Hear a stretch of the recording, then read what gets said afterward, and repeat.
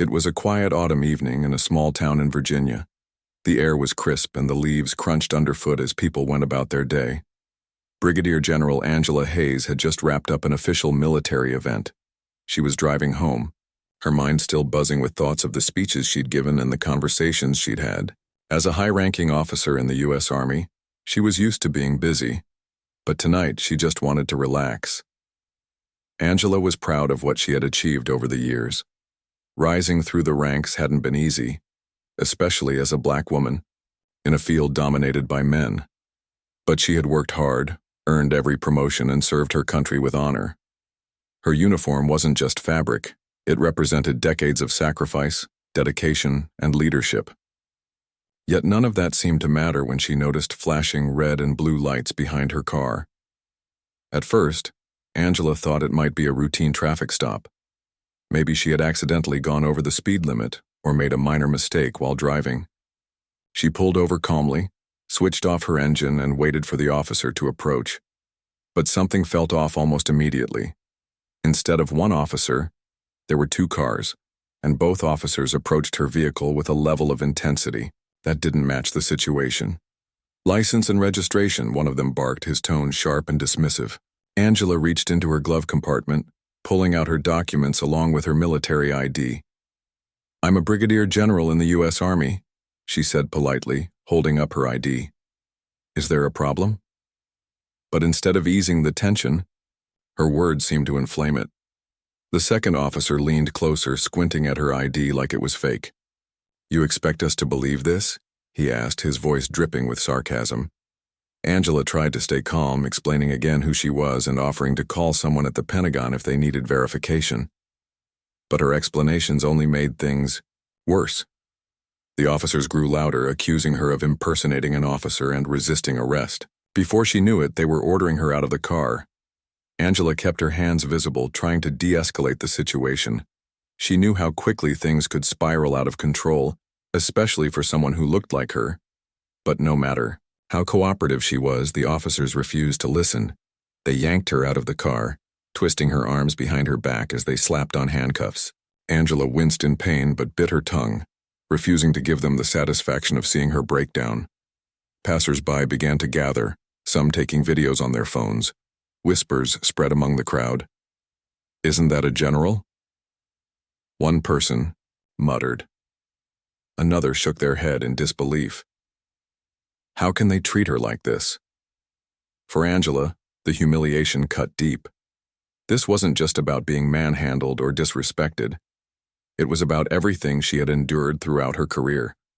Every sideways glance, every snide comment, every time she had to work twice as hard to prove herself, it all came rushing back in that moment.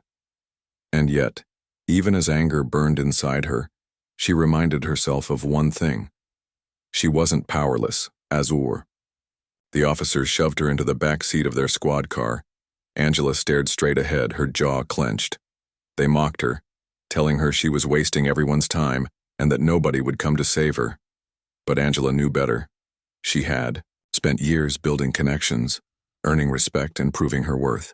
If there was ever a time to lean on those relationships, it was now. When one of the officers finally allowed her to make a phone call, Angela didn't hesitate. She dialed a direct line to the Pentagon, her fingers steady despite the storm raging inside her. On the other end, a familiar voice answered. It belonged to a colleague she trusted deeply, a senior officer who understood the gravity of the situation the moment she started speaking. "I need your help," Angela said, her voice firm but controlled. She explained what had happened, leaving out no detail. The person on the other end listened intently before responding, "Don't worry, we'll take care of this." Those simple words brought a flicker of relief to Angela, though she remained cautious.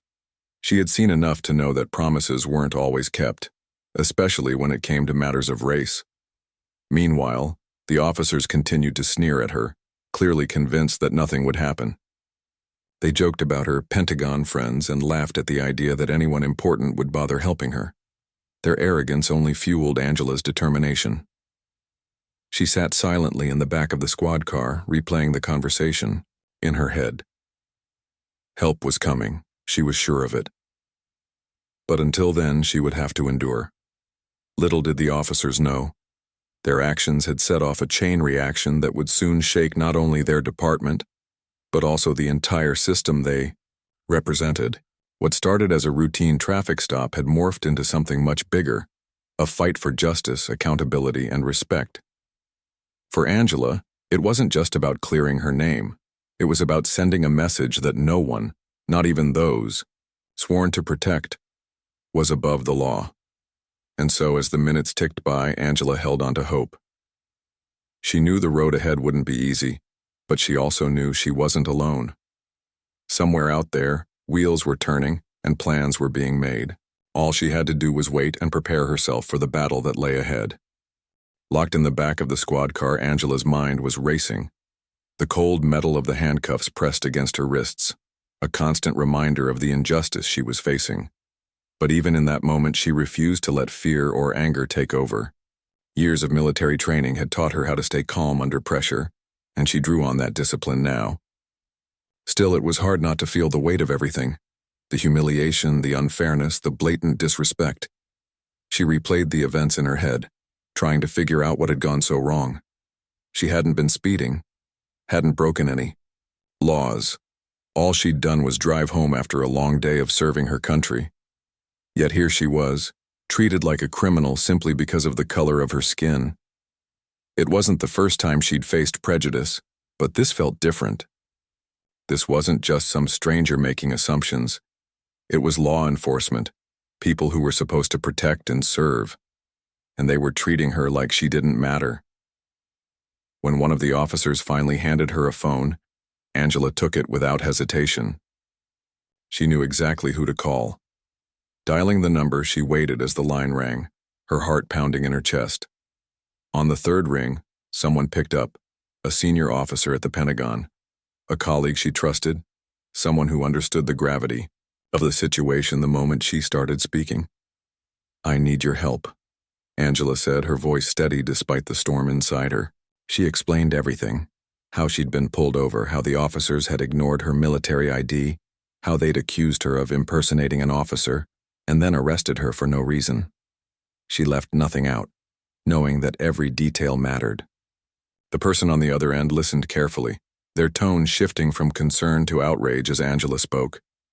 "Don't worry," they said firmly. "We're going to handle this." Those words brought a flicker of relief to Angela, though she remained cautious. Promises were easy to make, but keeping them was another story. Still, she trusted this person. They weren't just colleagues. They were part of the same mission, the same fight for justice and equality. If anyone could help, it was them. Hanging up the phone, Angela leaned back against the seat, her mind racing with possibilities. She knew the Pentagon wouldn't take this lightly. This wasn't just about her. It was about the values the military stood for: respect, integrity, honor. Those weren't just words printed on posters. They were principles she had dedicated her life to upholding. And if those principles were being trampled on by rogue officers, then it wasn't just her reputation at stake. It was the reputation of the entire institution. Meanwhile, the two officers outside the squad car were growing increasingly smug. They paced around, laughing and joking about how Angela thought she could get away with pretending to be a general. "You really think the Pentagon is going to care about you?" one of them sneered, leaning into the window. Angela didn't respond. She just stared straight ahead, her expression unreadable. Inside, though, she was seething. Their arrogance only fueled her determination to see this through. Back at the Pentagon, the wheels were already turning. The senior officer who had taken Angela's call immediately alerted their superiors. Within minutes, top brass were briefed on the situation, and the room erupted in disbelief and fury. How could this happen? To a decorated general, no less? It was unthinkable, yet there it was, a stark reminder of the racism and bias that still plagued society. Orders were given swiftly. Investigators were dispatched to the scene, armed with federal authority and a mandate to uncover the truth. Meanwhile, legal teams prepared for whatever came next. No stone would be left unturned, no detail overlooked. The message was clear. This kind of behavior would not be tolerated, not against one of their own.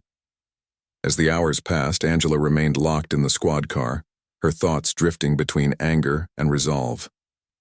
She thought about all the times she'd faced discrimination throughout her career, every obstacle she'd overcome, every doubter she'd silenced. She thought about the young soldiers who looked up to her, especially the black women who saw her as proof that they too could rise to greatness. This wasn't just about her anymore. It was about them, about showing them that they deserved respect and fairness no matter what others might say. Finally, the sound of approaching sirens broke the silence. Angela sat up straighter, watching as vehicles pulled up behind the squad car. Out stepped investigators in formal uniforms accompanied by federal agents. The officers who had arrested her froze, their smug expressions faltering as they realized the magnitude of what was happening. The lead investigator approached Angela first, his demeanor respectful and professional. "General Hayes," he said, addressing her by her rank. "We're here to assist you. Are you all right?" Angela nodded, though her eyes betrayed the exhaustion she felt. "I'm fine," she replied, "but I want answers." The investigators wasted no time. They demanded access to the officer's dashcam footage, reviewed Angela's vehicle for evidence, and interviewed witnesses who had recorded the incident on their phones. What they found painted a damning picture. The officers had lied about nearly every aspect of the arrest, fabricating details to justify their actions. Dashcam video showed Angela remaining calm and compliant throughout the stop, while the officers escalated the situation unnecessarily. As the evidence mounted, the officers began to panic. Their bravado melted away, replaced by nervous glances and stammered excuses. It was too late, though. The damage had been done and there was no turning back. By the time Angela was released, the case had already gained national attention. News outlets picked up the story, spreading it across social media platforms. People were outraged, demanding accountability and justice. For Angela, walking out of that squad car was both a relief and a burden. She was free, yes, but the scars of the experience ran deep. She knew the fight wasn't over. There would be hearings, investigations, and legal battles ahead. But she also knew something else. She wasn't alone. The support pouring in from across the country reminded her that she represented more than herself. She represented hope, resilience, and the enduring belief that change was possible. That night, as she lay in bed replaying the day's events, Angela made a silent vow. She would use this moment to push for real, lasting change, not just for herself, but for everyone who had ever been treated unfairly because of their race or gender. This wasn't just her story anymore. It was a movement, and she intended to see it through to the end. The fallout from Angela's arrest spread like wildfire. By the next morning, the story was everywhere, on the news, in newspapers, and all over social media. People couldn't stop talking about it. How could a decorated general, someone who had given decades of service to her country, be treated like a common criminal? The question lingered in the air, sparking outrage and disbelief across the nation. Angela woke up to a flood of messages on her phone. Friends, colleagues, and even strangers were reaching out to express their support. Some shared stories of their own encounters with racism, while others simply thanked her for standing strong. Reading through them, Angela felt a mix of emotions. She was grateful for the solidarity, but she also knew that this wasn't just about her. It was about every person who had ever been dismissed, disrespected, or dehumanized because of the color of their skin. As the day unfolded, the Pentagon made its move. Investigators arrived at the small Virginia Police Department where Angela had been detained. They came armed with authority, determination, and a clear mandate: find out what happened and hold those responsible accountable. The officers involved tried to play it cool at first, acting like nothing was wrong. But as the investigators began digging deeper, cracks started to show. Dashcam footage became the centerpiece of the investigation. It showed Angela calmly explaining her identity and offering her military ID, only to be met with hostility and disbelief. The video captured everything: the dismissive tones, the unnecessary force, the blatant disregard for protocol. One clip, in particular, stood out. an officer snatching Angela's ID from her hand and tossing it aside, sneering, "We'll see if this is real." Watching it, the investigators shook their heads in disbelief. This wasn't just misconduct. It was a violation of basic human decency. But the video wasn't the only piece of evidence. Bystanders who had recorded the incident on their phones came forward, eager to share what they had seen. Their accounts painted a vivid picture of chaos and injustice. One woman described how she had watched in horror as Angela was handcuffed, her hands trembling as she filmed the scene. "I kept thinking, this can't be real," the woman said during an interview. "She's a general. Why are they treating her like this?" The investigators also uncovered something else: patterns of behavior. Records showed that the officers involved had a history of complaints filed against them, many from minority residents who claimed they had been targeted or mistreated. These complaints had been ignored or brushed aside by higher-ups, allowing the officers to continue unchecked. Now those same records were being used to build a case against them. Back at the Pentagon, top officials held an emergency meeting to discuss the situation. The room buzzed with tension as leaders debated the best course of action. Some argued for immediate legal action, while others emphasized the need for systemic reform. In the end, they agreed on both. Justice would be served, but it wouldn't stop there. This was an opportunity to address the larger issues of racism and bias within law enforcement, and the military wasn't going to let it slip away. As the investigation gained momentum, public pressure mounted. Protesters gathered outside the police station holding signs that read, "Respect our troops and no justice, no peace." Social media campaigns amplified their voices with hashtags like /Justice for General Hayes trending worldwide. Celebrities, politicians, and activists joined the chorus, calling for accountability and change. Even late-night talk show hosts weighed in, using their platforms to highlight the absurdity of the situation.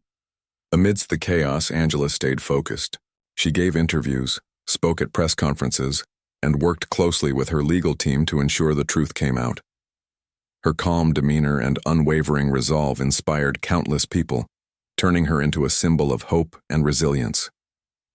"This isn't just about me," she often said. "It's about everyone who has ever been told they don't belong. We deserve better." Behind closed doors, however, Angela allowed herself moments of vulnerability. Late at night, when the cameras were off and the crowds had dispersed, she let herself feel the weight of everything she had endured. She thought about her parents, who had raised her to believe in justice and equality, even when the world seemed stacked against them. She thought about her mentors who had encouraged her to keep pushing forward despite the odds. And she thought about the young soldiers who looked up to her, hoping to follow in her footsteps. For them, she reminded herself, she had to stay strong. Meanwhile, the officers involved found themselves under intense scrutiny. Their union reps scrambled to defend them, arguing that they had acted according to protocol. But the evidence told a different story. Every lie, every exaggeration, every attempt to justify their actions crumbled under the weight of the facts. By the time the investigators wrapped up their work, it was clear. These officers had abused their power and they would have to face the consequences. As the days turned into weeks, the case took on a life of its own. Legal teams prepared for court, gathering witness statements, reviewing documents, and building a rock-solid case. Meanwhile, Angela continued to advocate for broader reforms. She partnered with civil rights organizations, pushing for policies that would address systemic racism and promote accountability within law enforcement. Her efforts earned her widespread acclaim, cementing her status not just as a military hero, but as a champion for justice. Through it all, Angela remained grounded. She knew the road ahead wouldn't be easy, and she braced herself for whatever challenges lay in store. But she also knew one thing for certain: she wasn't backing down. This fight was bigger than her. It was about creating a future where no one had to endure what she had gone through. And for Angela, that was worth every ounce of effort. As the trial date approached, anticipation reached a fever pitch. People tuned in to news channels, scrolled through updates online, and waited anxiously for the verdict. Would justice prevail, or would the system fail once again? For Angela, the answer mattered, not just for herself, but for everyone counting on her to make a difference. Whatever happened next, she vowed to keep fighting because giving up was never an option. Copy Ask Explain. The courtroom was packed to the brim on the day of the trial. Reporters jostled for space, their cameras flashing like strobe lights as Angela Hayes walked in. She stood tall, her military uniform crisp and polished, every metal gleaming under the harsh fluorescent lights. Despite everything she had been through, she carried herself with dignity, her presence commanding respect even in a room filled with tension. The officers involved sat at the defendant's table, their expressions a mix of defiance and unease. They had spent weeks preparing their defense, coached by lawyers who promised to paint them as victims of circumstance. But no amount of preparation could erase the mountain of evidence stacked against them. Dashcam footage, witness testimonies, internal records, it all pointed to one undeniable truth. They had abused their power, targeted an innocent woman based on prejudice, and tried to cover it up. As the judge called the court to order, the air grew heavy with anticipation. The prosecution began its case, laying out the timeline of events in painstaking detail.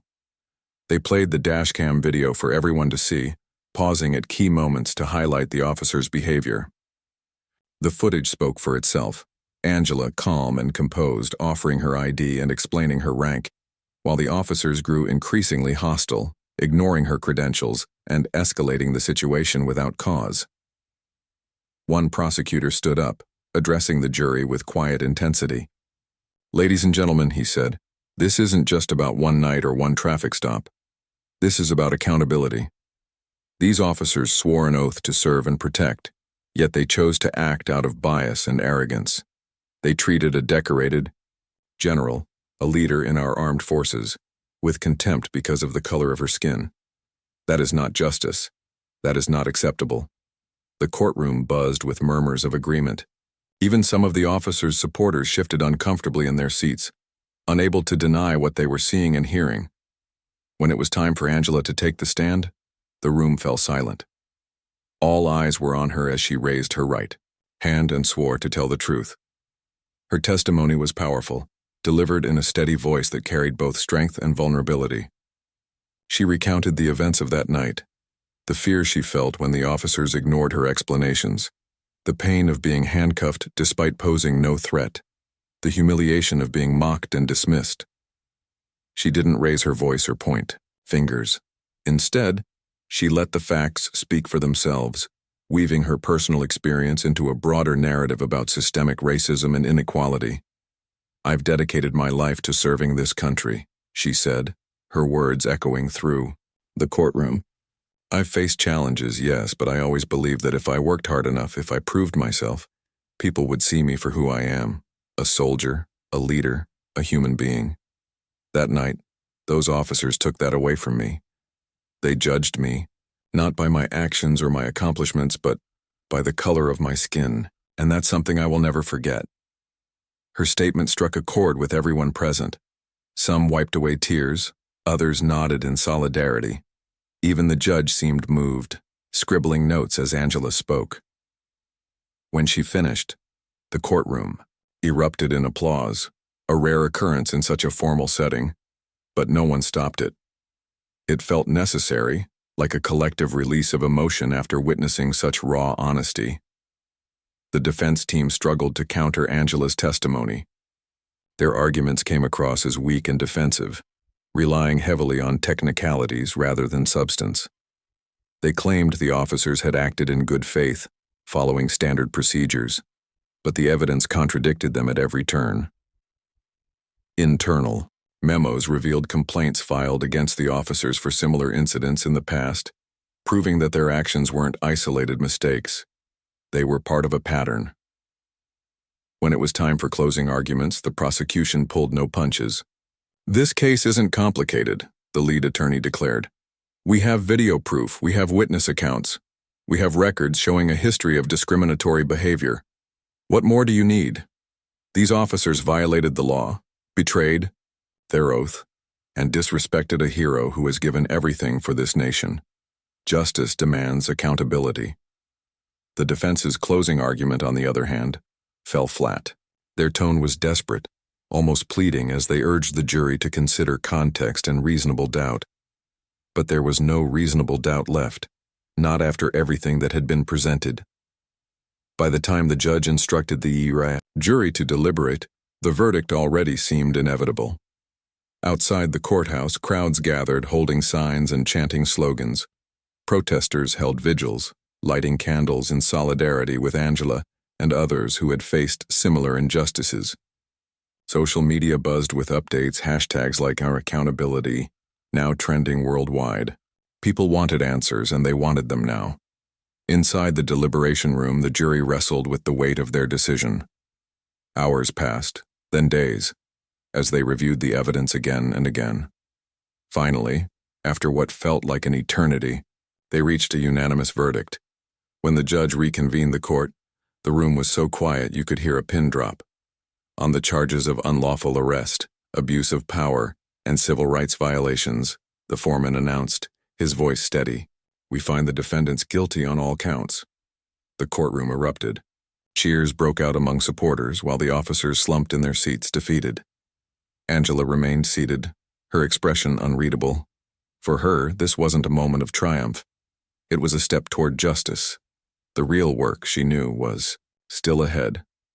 In the days that followed, the fallout was swift and severe. Both officers were stripped of their badges, sentenced to prison terms, and ordered to pay restitution to Angela. Their conviction sent shockwaves through law enforcement agencies nationwide, sparking debates about accountability and reform. Politicians introduced new legislation aimed at addressing systemic racism within policing, while advocacy groups pushed for increased oversight and transparency. For Angela, the victory was bittersweet. Yes, the officers had been held accountable, but the scars of that night would linger for a long time. She found solace in the support she received from fellow soldiers, activists, and ordinary citizens who saw her story as a catalyst for change. Together, they vowed to keep fighting, to ensure that no one else had to endure what she had gone through.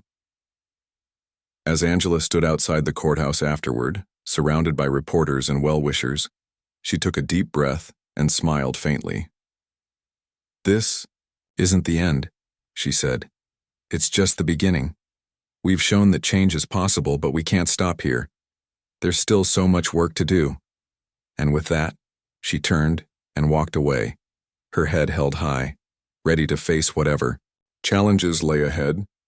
The guilty verdict against the two officers sent ripples far beyond the courtroom. For Angela, it was more than just a legal win. It was validation. After months of fighting, her voice had finally been heard. But she knew this wasn't just about punishing those who had wronged her. It was about sending a message. No one was above accountability, not even those sworn to uphold the law. In the days following the trial, the story dominated headlines across the country. Every major news outlet covered it, dissecting every detail of the case and its implications. Talk shows invited experts to discuss systemic racism in policing, while late-night hosts used humor to highlight the absurdity of what had happened. Social media buzzed with reactions, memes, and heartfelt messages of support for Angela. People from all walks of life weighed in: teachers, students, veterans, parents, all united by a shared desire for justice. But for Angela, the real work began after the cameras stopped rolling. She didn't want this moment to fade into history as just another sensational story. She wanted lasting change, and she was determined to make it happen. She started by partnering with advocacy groups that had long fought against racial injustice. Together, they drafted proposals for new laws aimed at holding law enforcement accountable and ensuring transparency in investigations. They pushed for mandatory anti-bias training for officers, independent oversight boards, and stricter penalties for misconduct. Angela also took her fight directly to lawmakers. She traveled to Washington, D.C., meeting with senators, representatives, and policy advisors. In each meeting, she shared her story, not to gain sympathy but to illustrate the urgent need for reform. "This isn't theoretical," she told them. "It's personal. I lived it. And if something doesn't change, Someone else will live. It too. Her words carried weight, especially coming from a decorated general. Lawmakers listened intently, many promising to prioritize legislation addressing police accountability. Her advocacy extended beyond Capitol Hill. Angela became a public speaker, traveling the country to address crowds at rallies, conferences, and community events. She spoke candidly about her experience using her platform to amplify the voices of others who had faced similar injustices. At one event, a young black woman stood up during the Q&A session, tears streaming down her face. "I'm a cop," she said, her voice trembling. "And I see this stuff happen all the time, but when I try to speak up, no one listens. Thank you for showing us that it's possible to fight back." Moments like these reminded Angela why she kept going. It wasn't easy. Far from it. There were days when the weight of everything felt overwhelming.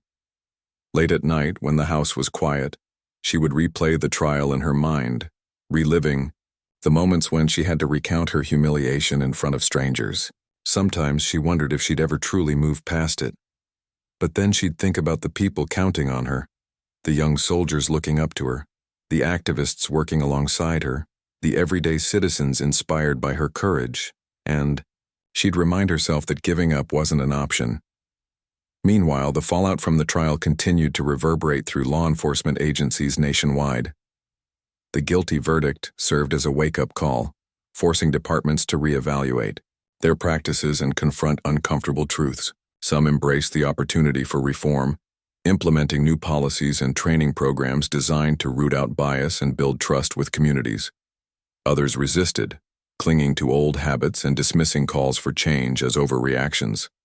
But the pressure mounted nonetheless, fueled by public demand and political will. Back in the small Virginia town where it all began, the local police department faced intense scrutiny. Community members organized protests, demanding answers from leadership about how such blatant misconduct had gone unchecked for so long. Internal investigations uncovered additional cases of discrimination and abuse, leading to firings and resignations. The department eventually brought in consultants to overhaul its culture, though progress was slow and met with resistance from within. For Angela, seeing these changes unfold, even incrementally, was both gratifying and frustrating. She understood that meaningful reform took time, but she also knew that patience had limits. "We can't wait decades for things to improve," she often said. "People are suffering now. Lives are being destroyed now. We have to act now." To keep the momentum going, Angela launched a nonprofit organization dedicated to promoting equity and justice. The group provided resources for victims of police brutality, funded scholarships for minority students pursuing careers in law enforcement, and hosted workshops to educate the public about systemic racism. Angela poured her heart into the project, working tirelessly to ensure it succeeded. It wasn't just about creating opportunities. It was about fostering understanding and bridging divides. One of the most impactful initiatives came unexpectedly, a mentorship program connecting young people with military veterans and retired officers. The idea arose during a conversation between Angela and a former colleague. "We've got generations of kids growing up afraid of cops," he said, "and we've got cops who don't know how to connect with those kids. What if we brought them together?" Angela loved the concept and helped turn it into reality. The program paired participants in activities ranging from career counseling to team-building exercises, encouraging open dialogue and mutual respect. As the months passed, Angela found herself reflecting on how far she'd come since that fateful night. She thought about the fear she'd felt sitting in the back of the squad car, the anger she'd suppressed during the trial, and the exhaustion she'd battled throughout the fight for reform. Yet here she was, still standing, still pushing forward. She realized that resilience wasn't about never feeling weak. It was about finding strength even when you did. In quieter moments, she allowed herself to dream about the future. She imagined a world where traffic stops didn't end in handcuffs for innocent black drivers, where children could look at police officers without flinching, where everyone, regardless of race or background, could feel safe and valued. That vision kept her going, fueling her determination to keep fighting until it became a reality. By the time the first anniversary of her arrest rolled around, Angela had become a household name. Documentaries were made about her journey, articles written celebrating her achievements. Awards lined her shelves, though she insisted they weren't for her alone. They belonged to everyone who had supported her along the way. When asked in interviews about her legacy, she always gave the same answer. "I hope people remember me not as a victim but as someone who refused to be silenced. Someone who proved that change is possible, no matter how hard the fight." Though the scars of that night would never fully heal, Angela wore them proudly, as reminders of where she'd been and how far she'd come. And as she looked ahead, to the challenges still waiting, she knew one thing for certain. She wasn't done yet. Not by a long shot. Years had passed since that fateful night in Virginia, but Angela Hayes' story continued to resonate. What began as a personal ordeal had transformed into a movement, a beacon of hope for millions who believed in justice and equality. Now, retired from active duty, Angela looked back on her journey with a mix of pride and humility. She had fought battles she never imagined she'd face, endured pain she wouldn't wish on anyone, and emerged stronger than ever. But what truly mattered to her was the impact her fight had made, not just for herself, but for countless others. After retiring from the military, Angela dedicated her life to advocacy work. Her nonprofit organization grew rapidly, becoming a nationwide force for change. It wasn't just about raising awareness anymore. It was about taking action. The mentorship program she helped create expanded to cities across the country, bringing together young people and law enforcement officers in meaningful ways. At workshops, teenagers sat side by side with police recruits, sharing stories, asking tough questions, and learning from each other. These interactions weren't always easy. There were moments of tension, frustration, even tears, but they fostered understanding where none had existed before. Angela also played a key role in shaping new policies at both local and national levels. Thanks to her efforts, several states passed landmark legislation aimed at increasing accountability within policing. Body cameras became mandatory in many departments, and independent oversight boards were established to investigate complaints of misconduct. Training programs now included modules on implicit bias, cultural sensitivity, and de-escalation techniques. None of these changes happened overnight, but Angela's persistence paid off. Slowly but surely, the system began to shift. Her influence extended beyond policy reforms. Angela became a sought-after speaker, traveling the globe to share her message of resilience and justice. Universities invited her to deliver commencement speeches, while international organizations asked her to lead panels on human rights and equality. Everywhere she went, she inspired people to stand up for what was right, no matter how daunting the challenge seemed. "Change starts with you," she often said. "It doesn't matter if you're one person or part of a crowd.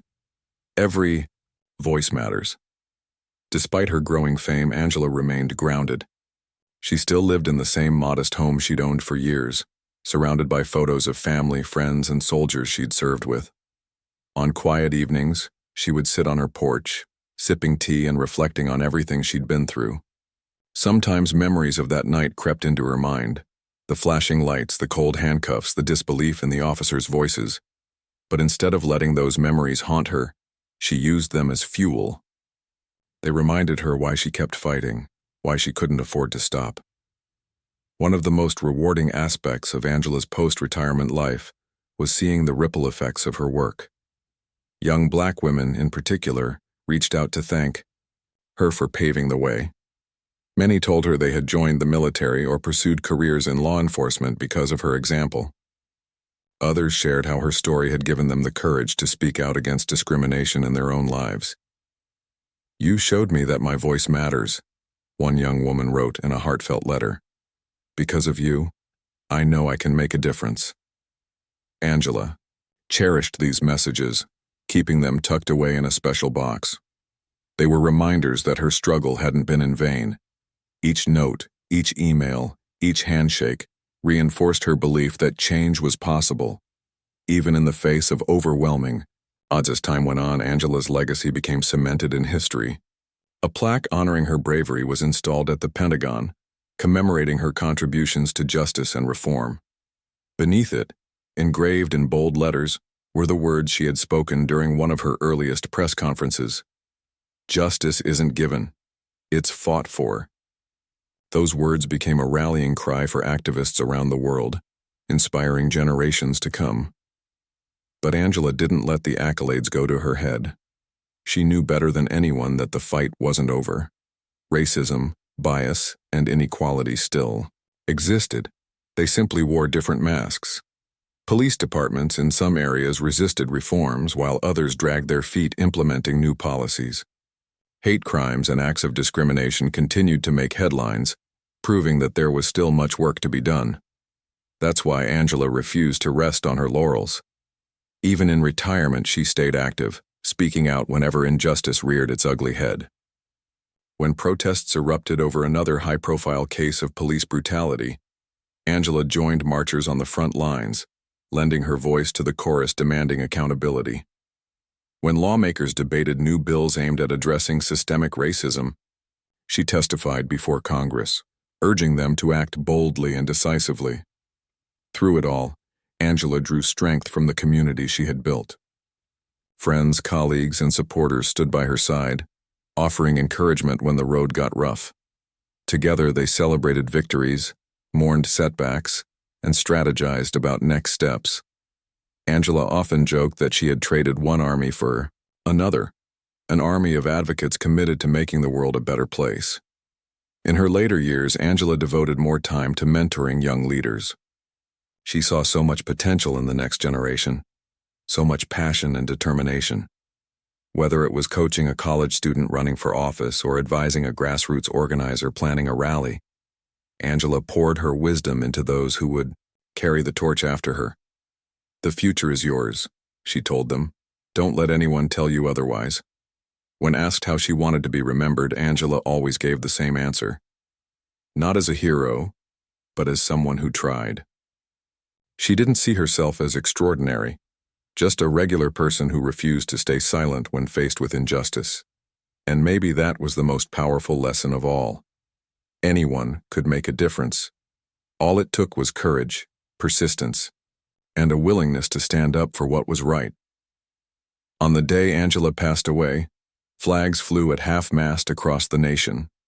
Tributes poured in from every corner of society, politicians, activists, veterans, and ordinary citizens alike. News anchors spoke of her legacy with reverence, calling her a trailblazer and a symbol of hope. Social media lit up with memories and messages of gratitude as people shared how her story had touched their lives. Yet perhaps the most fitting tribute came from a young girl who attended one of Angela's memorial services. Clutching a handmade sign that read, "Thank you for fighting for us," she approached the podium and placed it gently on the stage. For Angela, there could have been no greater honor. Her life had been about lifting others up, and in doing so, she had left an indelible mark on the world. Long after her passing, Angela's story continued to inspire. Schools named buildings after her, documentaries chronicled her journey, and activists invoked her name in their calls for justice. Her message, that justice must be fought for, echoed through the decades, reminding everyone who heard it that the fight for equality was far from over. But thanks to Angela Hayes, millions knew they weren't alone in the battle, and that more than anything was her greatest gift.